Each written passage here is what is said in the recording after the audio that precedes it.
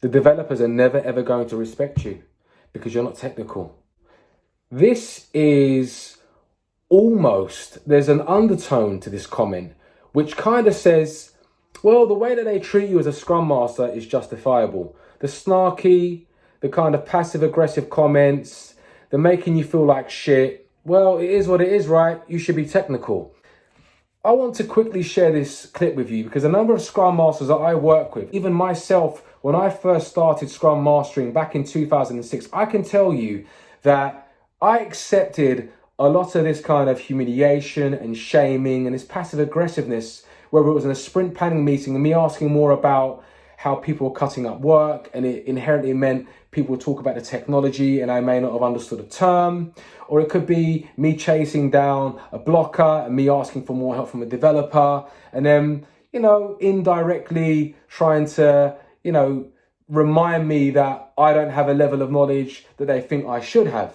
And what that results in is not feeling very good. And what that results in is you not feeling very confident to ask questions to learn more. So if you didn't know what a unit test was, if you don't know what continuous integration is, if you don't know what automation is, and all these other types of practices that are useful to teams, you're definitely not going to feel confident to ask if people are making you feel crappy about asking questions.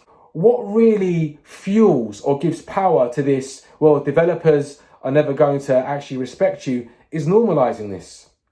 It's almost like when people make this statement, it's a green card or, like a go light to say, yeah, you know what, it's their problem. They should be technical anyway. It's not actually the case, is it? We know that Scrum is a framework. We know it's not specific to software development. Yes, we know it's commonly used in software development. But if we are making people feel bad on the way to trying to learn, how are they going to feel confident to ask questions? I mean, if they didn't have imposter syndrome before, they're going to get it now. And there's a difference in having an awareness of useful technical practices from a conceptual level, and then having an expectation of them being able to go in and actually pair with you to do test-driven development.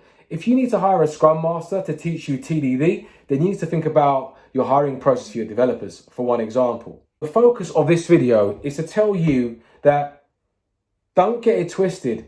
Just because you're a servant leader, that is not shorthand for get beaten up and take shit from people, okay? If they're being snarky and they're being mean to you, and I've experienced this in my career, compassionately confront people. And you'll find your own way of doing that. Make it clear to people how you've been made to feel. Be clear on your boundaries and be clear on your intent. Let them understand that you want to learn about certain things. Educate them that you don't need to learn it to the level of a developer. And then by them treating you in a certain way and trying to humiliate you, only stops you from being open to learn. You have to be able to stand your ground, be assertive, make your boundaries clear to people. Just imagine it the other way. If you were to join a development team and you were to humiliate, shame, or be snarky about somebody not having very good soft or people skills or not being emotionally intelligent. Of course, no one would do that.